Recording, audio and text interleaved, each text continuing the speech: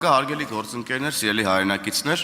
պետք է փաստերով խոսենք 2018 թվականին կենսաթոշակը եղել է 16800 դրամ, 2025 թվականին 36000 դրամ։ Ընդդիմությունն է, որ այսօր նվազագույն կենսաթոշակը, ընդդիմությունն է, որ այսօր փորձում է մեղադրել քաղաքացիական պայմանագրին առայն, որ մենք դեմ ենք քվեարկում թոշակների բարձրացման նախագծին, պետք է հստակ արձանագրենք, որ այդ ընդդիմությունը դեմ է քվեարկել, սիրելի հայրենակիցներ, կառավարության բոլոր ծրագրերին, որտեղ ներկայացված են ուրեմն ծրագրեր կենսաթոշակների բարձրացման մասին։ Այսինքն 16800 դրամից նվազագույն կենսաթոշակը 36000 սարքելու այս ծրագրին ընդդիմությունը դեմ է քվեարկել միշտ եւ շարունակելու է քվեարկել ըստ էության միշտ։ Դպրոցների կառուցմանն է դեմ քվեարկել, մանկապարտեզների կառուցմանը, նպաստների բարձրացմանը, թոշակների բարձրացմանը եւ հիմա նախագիծ են բերել, այսպես ասած, որ կառավարության ծրագիրը իրականացվի, ասեն դե մենք բերեցինք եղավ։ Եվ